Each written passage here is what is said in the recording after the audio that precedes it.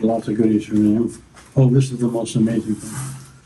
About him and the first horn player was the oldest guy in the orchestra. Jimmy Stamp was this is about 1920. He was about 20 years old.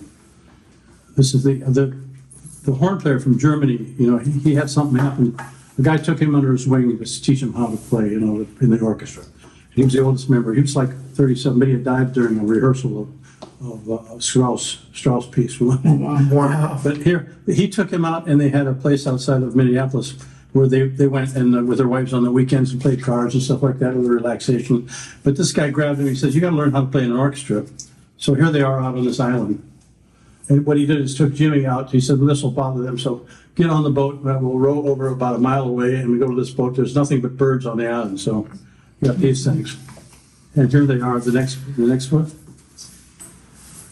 Bird guns, shotguns. He got a lot of lessons that day. See, and that was, and here's his conductors. You know, no one's have seen these. I was really happy to get this. Wow. This is his first conductor. Was a Dutchman who was there, and then it was Eugene Normandy before he went to Philadelphia. And this is the one. What is that? Well, it was about. Let me see. This is 32.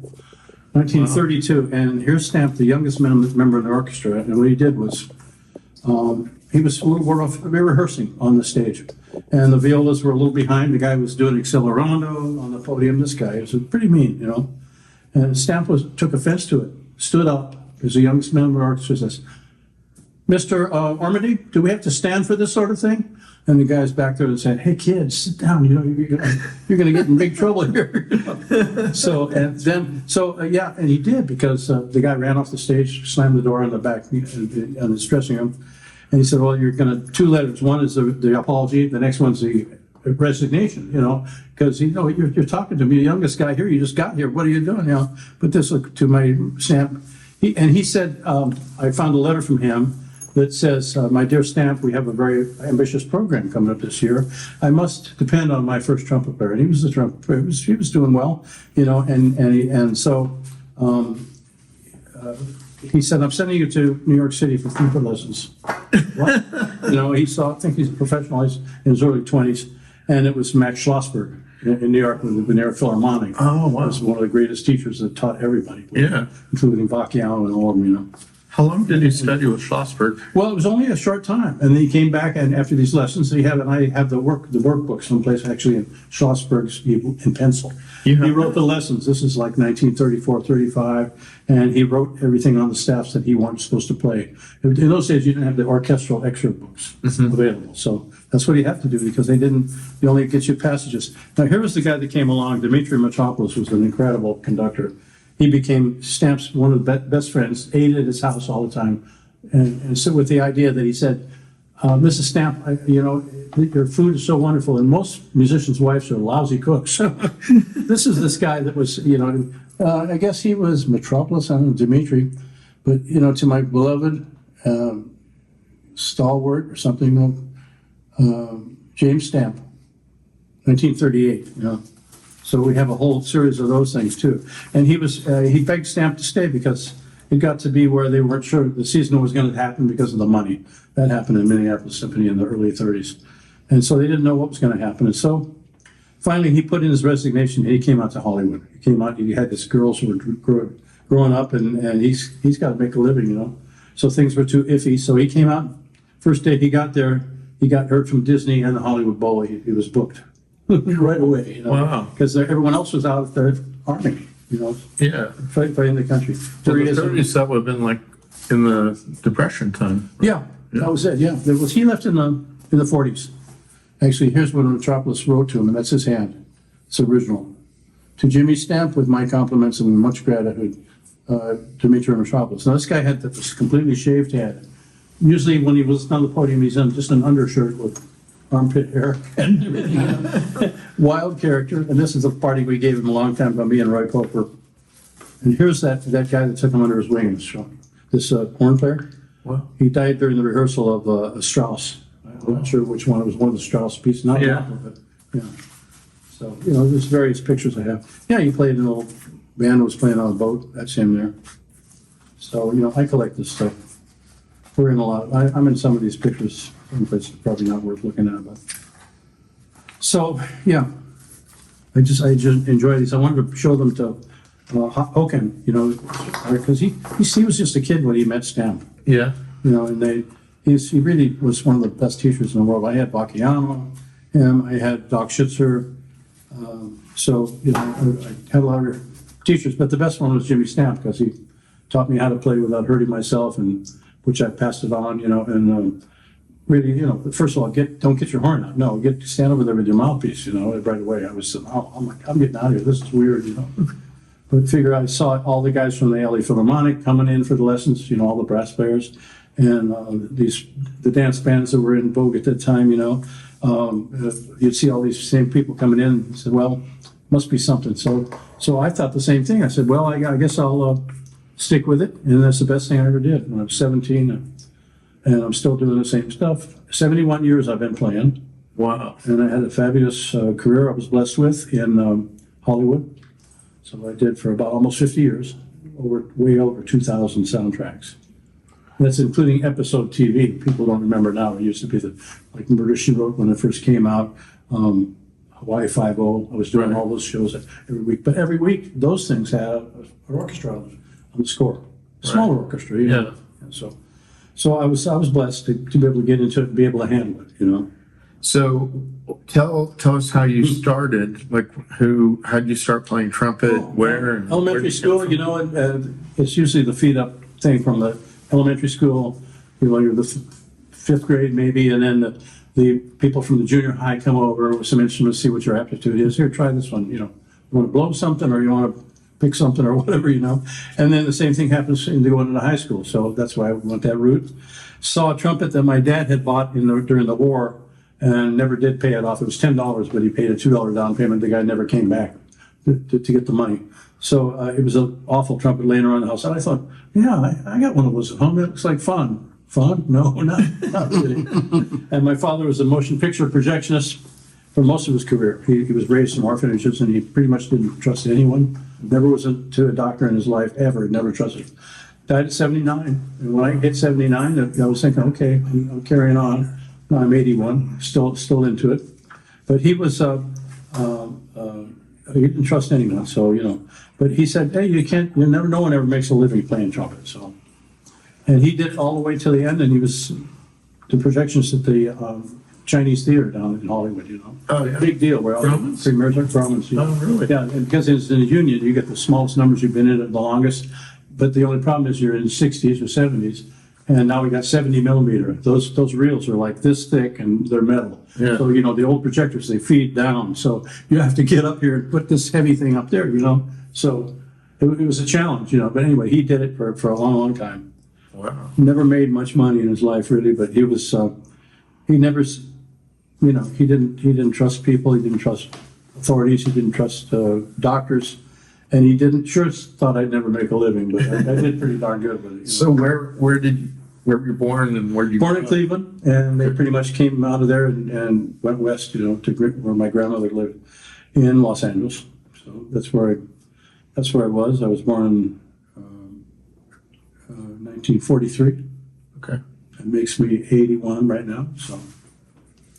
So that's what happened, and I'm still with the trumpet, you know, of course, even though my studio career sort of was limited. I still have almost 50 years, you know, recording.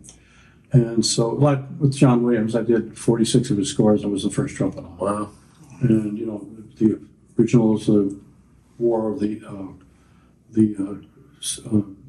shark pictures, you know, everything was Spielberg, you know. Jaws. We got Jaws, Yeah. the Jaws 2, all those things back then. And, you know, because Spielberg was a fantastic guy. Got to know him pretty well. And so he was, you know, the shark failed that they're going to use in the Jaws picture. It failed. Mechanically, it didn't work. So the thing is, John wrote that score, which was just with two notes.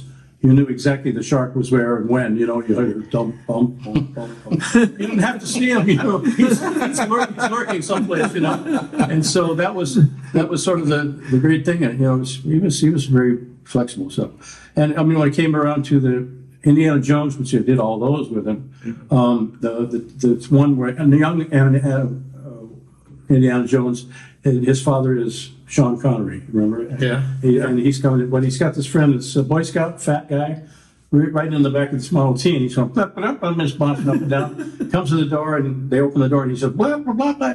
That was me. And so it's like, the orchestra, thank you. Malcolm stays, have lunch, come back, want some funky bugles, or, so I just had a decorable, the kind of you hang on the wall, so you have a real bugle, muffle it up and just blow it as hard as you can, So I did it until it was bad enough. And that went in the picture. And Stephen said something like, yeah, well, all that money for lessons your folks put into it, and you end up doing this. But I always had a chance because out at Sony or the old MGM, he was always there early in the parking lot, reading screenplays that he is producing, but not maybe directing, And I would never bother him if he's busy, but he saw me, called me over, and so we had conversations too.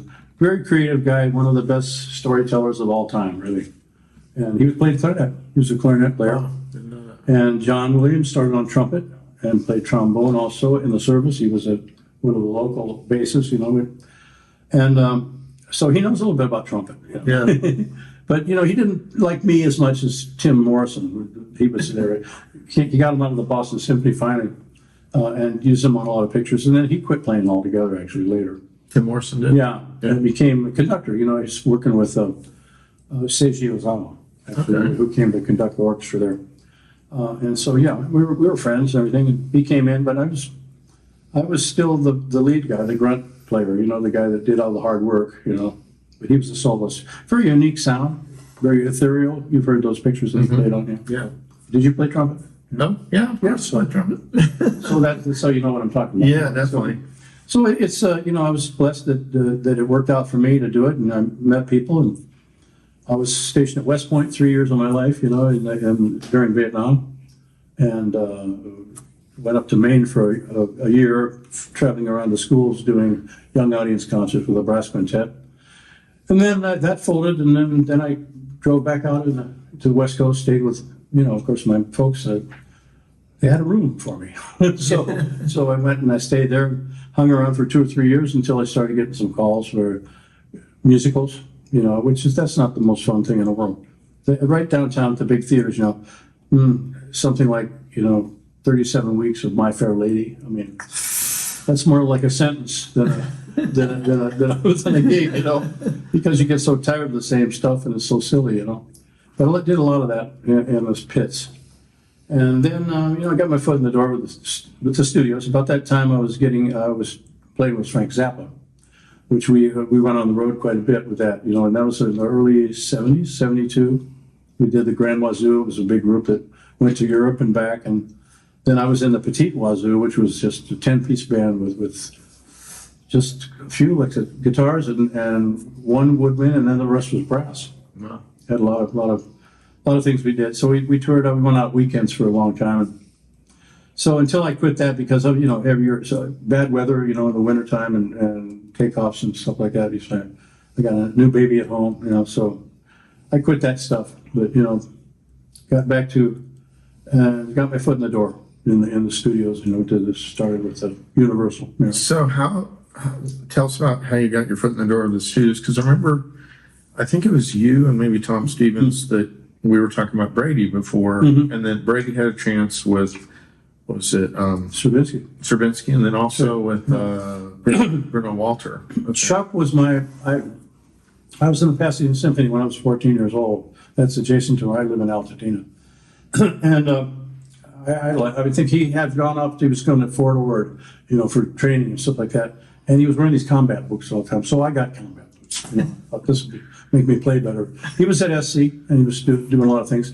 Then he got the call to play, that album with Soldier's Tale and stuff like that with Stravinsky and his conductor, the guy that used to conduct for a long time. Now it escapes me what his name is. And Robert Kraft. Robert Kraft, Yeah. exactly, yeah.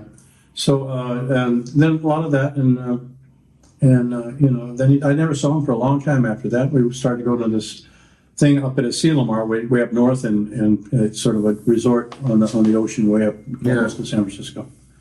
And so we were there together, and there I was with people that played in most of the orchestras and the brass players in California. So it's, I know it's just maybe 15, 16, something like that. So started getting, by the time I was 17, the conductor in Pasadena said, well, we're going to do the Brandenburg Second Concerto. I said, what's that? You know the rest of the story. I found out what it was. And then I played that in a concert when I was 17. So about that time, my teacher that I had, so I loved him so much because he was just, everything about him was the way he dressed, the way he talked, and the way he helped us with opportunities. He just said, I can't teach you anymore. Of course, I cried, big crybaby, you know, and gave me names of 3 people, you know, to study with. One was Bob Duvall, who I ended up, my section mate, many, like when we started with James Horner, so I got work with him many scores. I mean, he was a great man, just impeccable, great player. And Didn't he do the theme for, was it Dynasty? Was that him? yeah, it was that, the original one. That's exactly that. Yeah, I used to turn on that show just to listen to exactly. the theme. He was the one at Dynasty.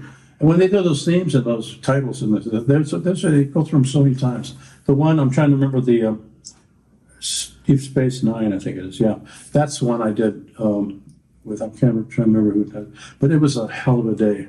Like 35 takes on the theme, you know. And you always had to go for that high C concert in the middle of it, play it all alone, and then at the end there's 3 trumpets more that play through the theme, you know. Da, da, da, all that stuff, you know. But that was Dynasty. Da, da, da, da, da, da. So yeah, and then I just started doing things like that. And then one of the things, my highlight of the career was I was a big Méndez fan. I followed Rafael Méndez.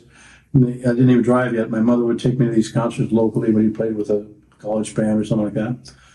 And I remember running in the parking lot because, you know, after he played about 8 or 9 solos, incredibly, you know, with his school orchestra, now he can't find him. Everyone wants to go meet him, you know, and he's running in the parking lot. Me and my mother are running after him. Mr. Méndez, my son plays the trumpet, and he never lost his stride. He kept going, practice, lady, practice, practice. That's what he said. And so, yeah, later, he was a friend of mine, and we were at his house. I have a great video that I have to edit of a day that, it was called Day with Méndez. He had worked at MGM when he finally got to Hollywood, and with Yuan Racy, the great Yuan, and he was there from 39 to 49, and Yuan came in 46, I think, and was with him for 3 or 4 years. And then he got fired for his style, you know, because of pop music. It was more, a little bit Mexican and mariachi style. So, you know, but that was the best thing that ever happened to us, because then he went out and recorded much more. And that thing, and then when they did this, the LA Opera with, who was like one of those tenors, I can't remember. He was running the LA Opera. And someone submitted this thing called Concierto para Méndez, which was the story of his life in concert. LA Chamber Orchestra on stage, great orchestra. Yeah. I'm on a platform in front, up by the conductor, trying to play this stuff, and with him, they're playing things, and the Mexican hat dance with all repeats, da da da da, and going, you know, and he also swam underwater a lot and could held his breath for a long time. So I had to do that, and it was real. It felt like a truck had run over me. It was on a Saturday at the big theater in Los Angeles, and it was 1 o'clock and 2:30. I had to play, and it felt like a truck had run over me, you know, because I'm standing up there and I'm having to play, you know, those things come up, and the conductor's pushing it, you know, and that was all recorded. And I didn't even know there were cameras. Local TV was there, and about 8 cameras in the room. Wow. And You so got that on video? later I got it, yeah, and they actually played it 2 times. Just it sort of slipped out on KCET, you know, PBS, and everybody was able to record both of them, you know. So I have it on, but under contract I was, and so I can't. You're prohibited. You get in trouble if you actually preview it or play it for other people. Yeah. And I guess I can confess, because I'm 81 already. I don't know what they'll do to me. Put me in jail with Trump or something like that. That you know, it was in my contract. I think it was another $7,000 that I paid to just for being there and shut up, you know, about whatever. But at the ITG, I tell you, I couple times people have been begging me about seeing it. And Yeah. I played it in Prague and places like that for people, but when that happened, they just said, well, and I would go to the ITG and they'd talk about it and say, well, and I'd say, okay, all right, well, I got it fixed up now. I got a key to a room. And I said, okay, room 230 at 1 o'clock. And so on the preview, we're like, sneaking around. So I play it on my laptop and play. So they heard it. No, it was a good thing to watch because it was the story of his life, Yeah, that'd be cool. And at age of 10, the biggest villain in the world during the revolution was, who? Yeah. What was It was it? brutal. Pancho Villa? Pancho Villa. Yeah. And his family was taken from the city that they were in. He killed them, was in the hills beyond where all the mariachis are, behind, it's up in the hills. Over the presence of Mexico, I understand, was born there. The Méndez family was there, and they're competing with other little orchestras. But that's one thing that Pancho Villa liked. He liked the music, and he was especially fond of some of the things they could play. But if they weren't with him or resisted, he killed or slaughtered some, as you know. It was brutal. He killed a lot of people. But so they let the family go, and Méndez was, at the age of 10, his bugle player. Wow. And that's all in the opera, where they had to put him up against the wall when he wanted to go join another band, and they took aim on him, and, it was enough to scare a 10-year-old kid. And he told me personally that every time he goes back there, he gets a feeling in his body about, what he saw. Wow. No child should see what I had seen there, Yeah. It was brutal. But he got through that, immigrated through the United States the right way, with his papers and everything. Went to back east to the auto plants, mostly to follow some of his friends from Mexico. And they told him, Ralph, you should. There's a band at noontime. They go rehearse on the roof. So he was doing this awful job and went up there and played. And they said that another couple of weeks he was in the biggest theater in Detroit playing. And that's when he had his accident. Was it door who's face? Door, yeah, a guy with a bass fiddle came in late into the pit. And he had been standing behind the door practicing, and this guy came in peg first and hit him right in the mouth, and it just ruined his things here. So basically, he got where he couldn't play, and he went to a bad doctor who messed it up. Cut him all the way up to the nose. He said you could take a cigarette and go all the way up there. So he couldn't play anymore. That was the end of this at that time. And he went to different teachers and everyone and different doctors and got it sewed up, but the nerves were not connecting and that sort of thing. So his mother told him, "You need to come back. Your dad taught you. He'll teach you again." And that was a long process. He told me about it too. That he said, "Well, I just did what they said and what my dad said and kept at it and kept at it. Just one day, all of a sudden, a little something come out, got his lips back together, and that's the beginning of the story. And then, he went to MGM. He ended up at MGM, first trumpet. And so after that, it was our pleasure that he made a lot of albums, went out to schools and played for kids, did workshops all the time. Such a very generous man he was. I don't know if it's still available. I had that. Remember Summit Records did like a 12-album set? Yeah, he's sort of the guy that ran. Yeah, I interviewed David Hickman. David, yeah, he did that, and they have the Méndez stuff. They have a lot of his stuff there, but so do I. I mean, he just gave me a lot of his things, La Macarena, and stuff like that. I have his original things. He just gave it to me. Yeah. And when Yuan said that he had the movie that they circulated in the schools, we saw the trumpet. They did their different instruments.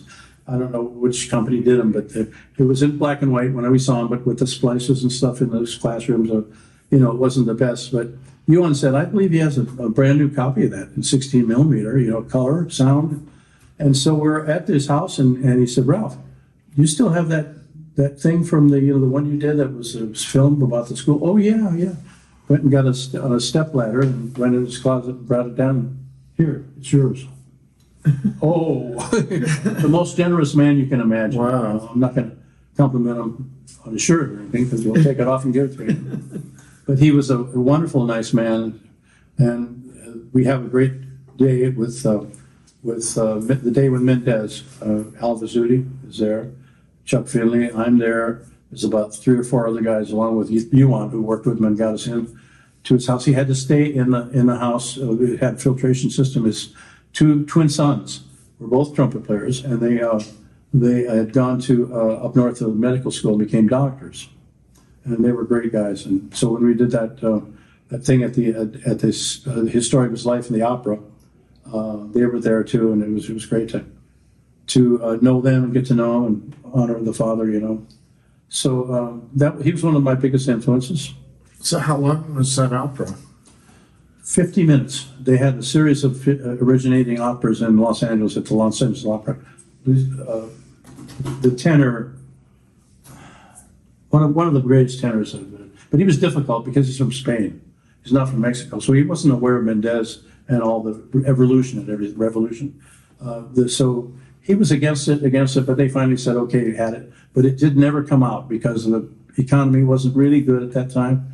So they figured they weren't going to sell it, but they did give me a little bonus for being in it, you know, and I didn't even know it had been recorded. So, Yeah. But there's many unions involved in that, so you just can't release it. Exactly. Yeah. So I have the tape with it. I'm very proud of that.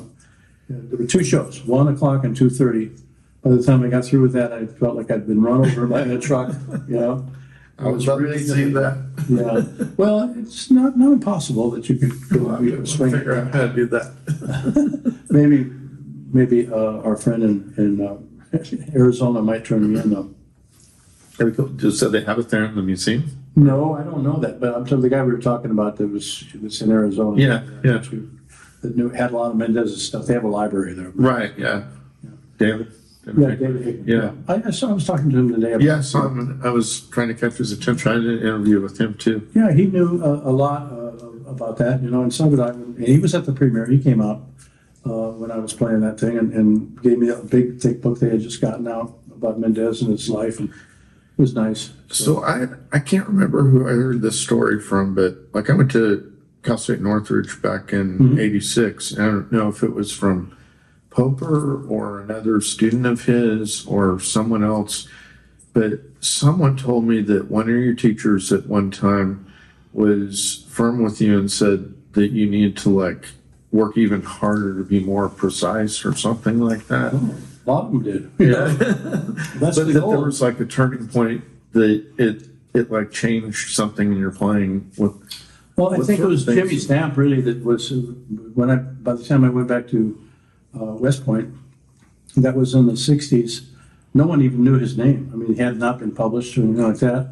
He was my teacher, but there I had Vacchiano and John Ware from the New York Philharmonic. So one guy came up to me, another trumpet player. I hardly knew these guys when I first got there. He says, "You want to study with John Ware? He's in New Jersey. We go down on weekends." And so I had a couple lessons with him, and he was doing the what you call the call and response. You know, he would play an exercise so beautifully, and then now it's your turn. You know, same thing with Doc Schitzer. I did that with him, and he stayed out for a while. Tried to live in California for a while. I remember that. Yeah, and he was there with the son of Louis Davidson. Louis Davidson had been in the orchestra, Cleveland Orchestra, for many, many years.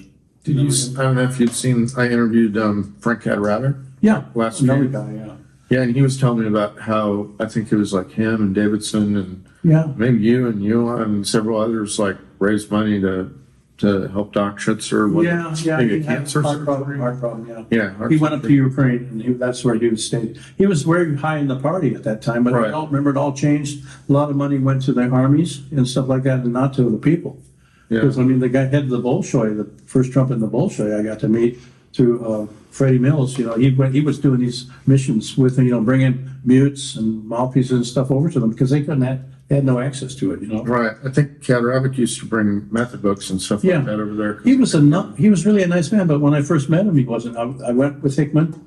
It was probably 1979, the first ITG that I ever went through. I don't know how many they had before that, but I went to that where he taught. I can't remember exactly. So, and there was a little restaurant for coffee in the morning, so I was meeting all the people as I went.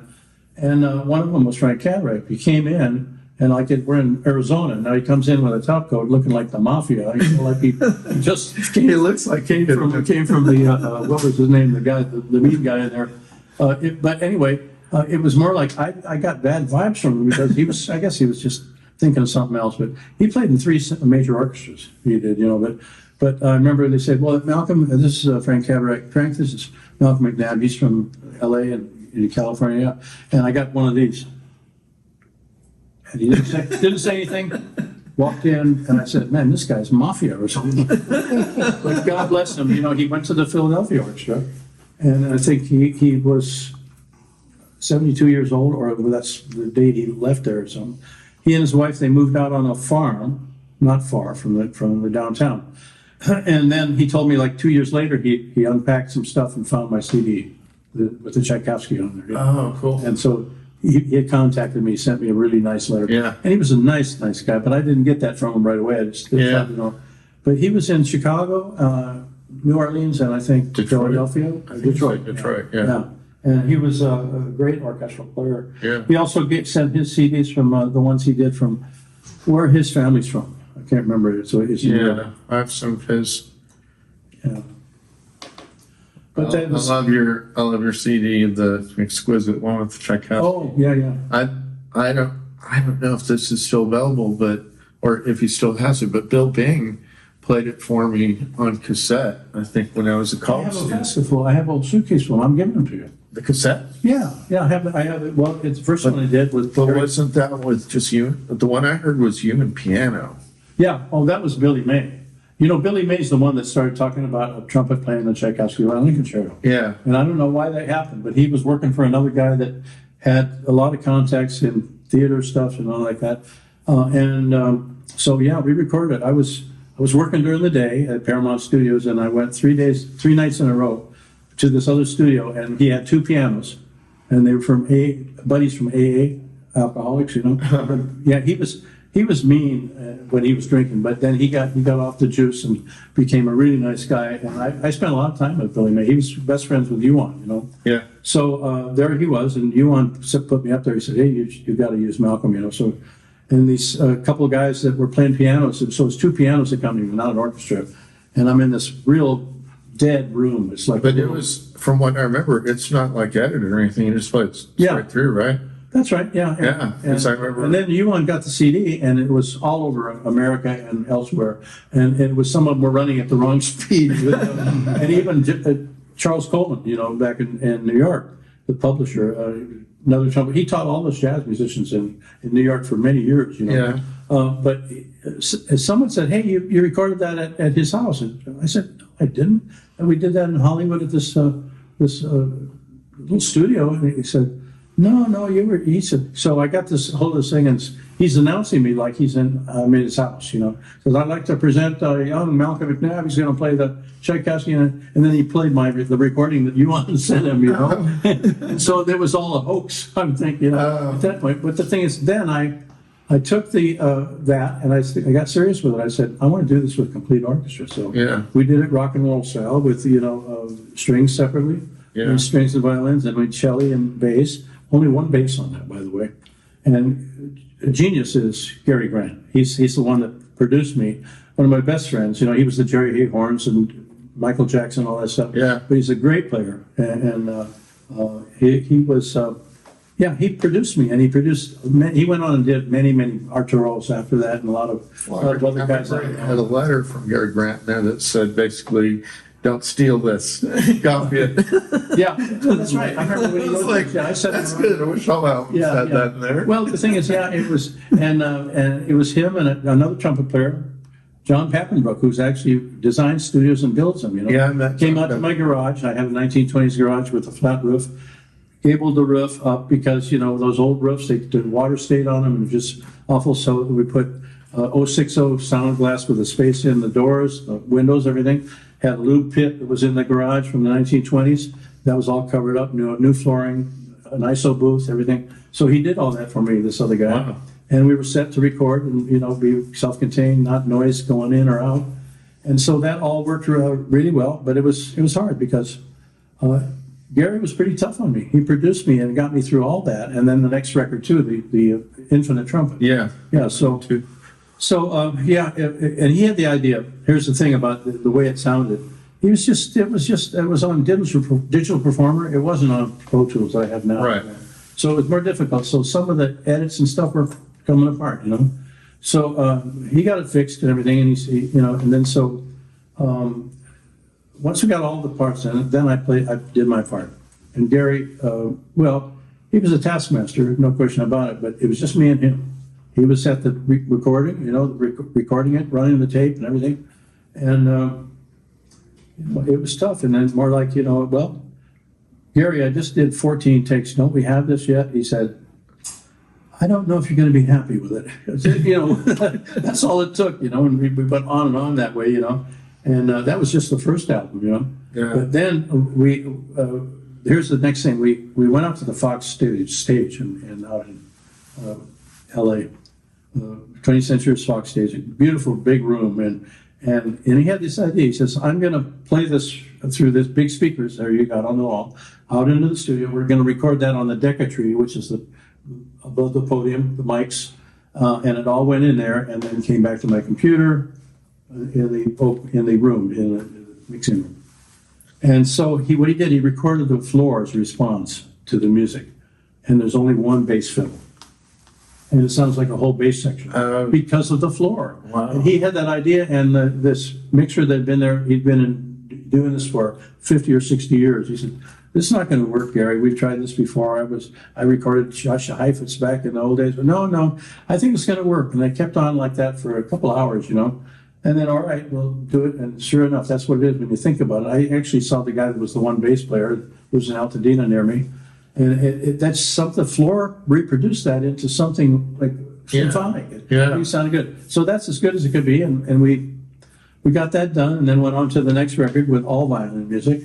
I found that I was on the violin channel and someone said, listen to this idiot. So that's as much as I got off the violin channel. But other people took it around in some even places in the world, maybe in Australia, and some people had the intention of all the violin players becoming, what are you playing there? What is that? Doesn't sound like a violin. That was, I really wanted to get my hands off stuff when I could be very dramatic on it and feeling, that's because that's what we missed that era, And so there's like a big gap in the music. Really, absolutely, yeah. So I liked doing that, and it was nice. Actually, a couple of the most difficult things, especially the beginning. That was, I did on my own on a weekend, just in the ISO booth by myself. I played over and over the whole introduction. But it's lengthy because of breathing and everything. And Johan said when Doc Schützer started giving lessons, and I went over and took the lesson with him. He said, you should play the chick. I don't know about that. He's Russian and everything like that. I don't think that's going to go too well, And he did stop me right away. He said, oh, no. Too hard, too difficult, And there it was, And then later he did recognize him. And then he said, very good. But I grew up listening to him, His original recordings, sometimes just with piano, they were so dramatic, so you would laugh and you would cry, listening to him. And then one time when he came to this house I was in, near where Louis Davidson's son was there. He was a videographer and stuff like that and recording things. But it was the expats, many of the Russian musicians who were already in California and Hollywood came to this house was full of people. He just walked around playing his butt off. All through the house, and it was so great. Doc Schützer did? Yeah, Doc Schützer, yeah. It was all of his friends meeting them again, too. And it was great. Same thing happened with Sergei, over at Gary Grant's house. Wow. Gary Grant knew that he was appearing in, I think it was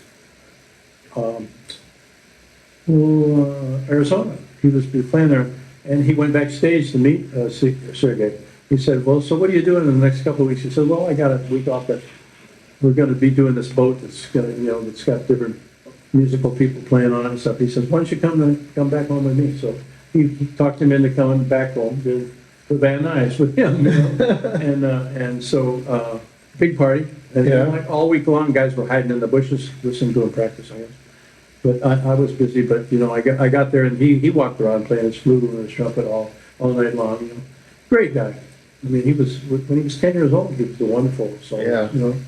But no, I got to know him very well. When he came out to the ITG, it must have been 5 or 6 years ago. It might have been in Miami. I was at that one. Yeah, Miami. remember when he played? Yeah. At the end of that, was all those recitals? There was thousands of notes in there. It's like circularly breathing and double time. Yeah, exactly. See, I don't circularly breathe. I'd rather they just do sections and have a smooth end, Yeah. you know? Because, violins never had to breathe, but you have to compete with it somehow, so. But yeah, he was fantastic, and even the guy remember that very tall conductor that was there? Yeah. Yeah, I was having a beer with him afterwards, and we looked at some of, wow, this guy is unbelievable. So he was nice to me. I have actually a couple of posters in there if you want them. I got posters from both CDs actually. And Sergei's chimed in. He put a little thing on there, and some other notable trumpet players helped me on that too. But yeah, he was nice. Really a great act. He is. And so he came in halfway through that week. I remember when he did that concert. And I was sitting in the lobby just because nothing else. No one asked me to play anything or even talk to anyone. And we were having a conversation out in the lobby, and it was going on with 4 or 5 of us. Then someone just appeared there and took a quick look at him and didn't know it was Sergei, Because I almost thought, he's a man now. He's not. Because Winton came out to UCLA where my daughter was going to school, and I was teaching downstairs. And only for the school, he came to do a thing with a jazz band, to help them through, just to keep them going and more ideas and stuff like that. But yeah, remember he said, yeah, there's this kid from New York City. He's just 16, and he's a man. He rushed from Russia, man.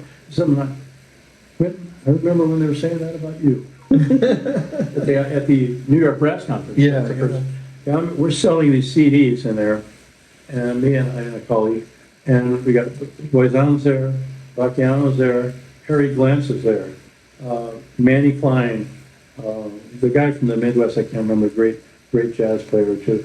So many of them, and Winton was standing over in the corner. He was very quiet. That's which is unusual about him. He always had something to say. I loved him. He's a great guy. So anyway, that was his, and of course then we all were walking out and saying, he was at Tanglewood. He was the star there. He was he was the greatest, And I said, well, he plays jazz too, And so he sat in with Lou Solof's group and up tempo, he's all over the thing. Yeah. And so master. Yeah. So he really is good. And to have a building built for you in New York City, the place where they do jazz. Yeah. No, he was, his whole family, he was exposed to many of the great jazz players because his father was a postman down in New Orleans. But he also was a musician who knew a lot of musicians came through that house. And him and his brothers were exposed to the greatest players in all the jam sessions, So he had a head start on that, But I'm not a jazz player. I played in a lot of big bands and stuff like that, but not as far as jazz. No, I really don't do it. But John Williams, when he did that crazy movie with John Belushi in it, that one of Spielberg's things. What the hell is it? I would come to Warner Brothers, and the streets were still dirty with all the plane crashes that they did in that movie. He was, Blues Brothers? No, not Blues Brothers. It was, they were attacking. Remember the whole merry-go-round thing went out off the into the sea or something. It was a crazy thing. But there was these old dance things, We had a great drummer and John Williams did the score, but it was a jazz thing. I'm playing lead trumpet, and I keep listening and I'm saying, I don't know how I did that, but I just followed the other guys. But it's just part of it. Didn't you play? One of my friends in college told me to listen to one of the Star Trek movies, and there was like a scene when they go to San Francisco, and you're playing lead on like a funk. That might be our next guy. What time is it? I'm sure it's way after. Yeah, it's 5-something. Oh, okay. 5:09. Yeah. Doing this one, we can do this one with that, but we'll talk some more. Well, I got the CDs in the cases. You guys can have them. There's both of them. The two, they're in that suitcase right there. Okay. Just laying open. Yeah, just grab That's some. awesome. Hi, James. Come on in. Well, we'll have to. We're just finishing up. Oh, take your time. Yeah. Just take your time. But anyhow, I'd like all these rest of these things, these Jimmy Stamp things, man. This guy was my, You need to put that in a book or something. yeah, I'm going to. And what I don't have with me is his workbook. Before they had orchestral excerpts books, he had to go to the Minneapolis Orchestra. He's only 20, and it's the 1920s, And he has to go get the library and to give him. That wasn't easy. There was no orchestral excerpts. But he had a lot of them by hand, in that book. And then you got the Schlossberg studies, about 6 pages of that. See, so he directly studied with Schlossberg for how long?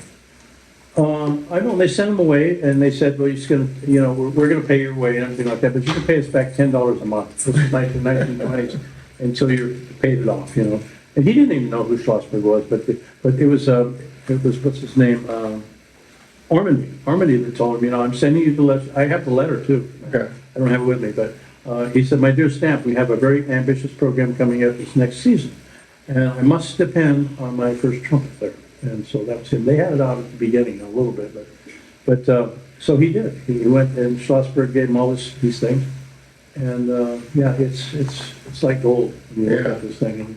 Well, I was I'd be curious to somehow get all the information from the various people that took from Schlossberg to kind of give more insight to how to use the book, because the way the book is assembled. The book was his relative, actually. Yeah, that's got it published, and it's still published. Yeah, but it's not set up in a way that's. It's not complete. I don't think it's the way that would have been used. No, not at all. And that'd be interesting to see how he was a family member. I think he was something to do with him and his wife or something like that. I don't know. But so he was the guy, though. I mean, and Manny Klein was another student of his. Manny Klein was busy in radio and records there. He even replaced Big Spider, like when he stopped coming in, he'd be drunk someplace, Bill Bink had a tape. We should ask him if he still has it. It was a collection of all these recordings of Manny from early radio and Virgin of Del Macarena and the Jolivet Concerto. And Manny, I want to find that. I need to ask Bill because he could imitate people's sound. He could. He was a great guy and just a ball. He was a big, unbelievable. And he would always vet people coming in. It was me, Al Vizzuti came to town. This guy, you had to come over to his house and have a drink of whiskey with him before you'd be vetted. In other words, I heard about you, but I want to see if you can drink. Well, you remember, I know you had Dave Evans at your Camp McNab before. Yeah. The first time I ever met, I went to the first Cloud Working Camp in '84, and I was late going to the recital or concert, and so they were like, "Come on, get in the car." And it was Dave Evans, Manny Klein, and this other high school kid. So they're all breaking out Dos Equis beer and smoking cigars and telling crazy stories. When I was at the New York Brass Conference, I was busy with the stuff we were doing, and then all these legends were in the room. And Manny Klein took my wife away from me, after this. I'm gonna come on. I want you to, she said, where are we going? I want you to meet Zelda. It turned out Zelda was a love doll, which would blow up. She was laying on his bed. She said, "You'll never guess what I saw when I went up to Manny's room." It was incredible. But he was funny. He was a joy. Very, very funny, and he knew everybody too. You had when Harry Glantz came in, to the room, and he was listening to what we were doing. At that time, we were playing a recording of the bugle calls that he recorded for R.C. Victor during the war, and they were at every army post, just all that stuff, and it was perfect. Of course, you couldn't have it better. Manny, Yeah, there's a story that's on some of the audio from Claude Gordon where he was talking about Louis Davidson and Manny and Claude, and that Louis Davidson was playing a recording of something, and Manny said, "Louis, I can do it better." And Claude's like, he could. Some on the music he had, it was said to Manny Klein, the only guy I would give up the first part for. He had all that stuff going. I sat in an interview with him one time, and the guy from England was interviewing him, and it was a big deal. They wanted to find out. He was so hard of hearing at the time that he kept it. Yuan was sitting right next to him, so he said, "What about? I'll give you a couple names. Tommy Dorsey." What? Tommy Dorsey. What? Yuan says, "He said Tommy Dorsey." "Yeah, what about him?" that's how the interview went. Sorry. And so, then, did you know him? What? Yeah, and then he had to say, we're recording still? Yeah, well, I'm Yeah. gonna finish up now. Yeah, because he, One minute. We gotta go to him. yeah, he would say, yeah, him too, yeah, they all drank with their, you know, that's what he said. And, oh, I had a video. I put my camera up when Gus, his son, told me about it. I did 2 reels of video on this thing. It was funny. And then he wanted a drink, you know, their housekeeper came, brought him a drink, and then he was like, you know, That would be funny to see. it was great. But he was a guy, he used to tell me, he'd stop walking out on the street, he said, how much do you make this week, you know? He was making more on radio because they would have subs for the rehearsals, and then they would go. He and, what was the other guy that was really good? Charlie, oh, no, I can't remember his. I met his sister though at the brass conference. So good. If you wanna Yeah, get some CDs there, they're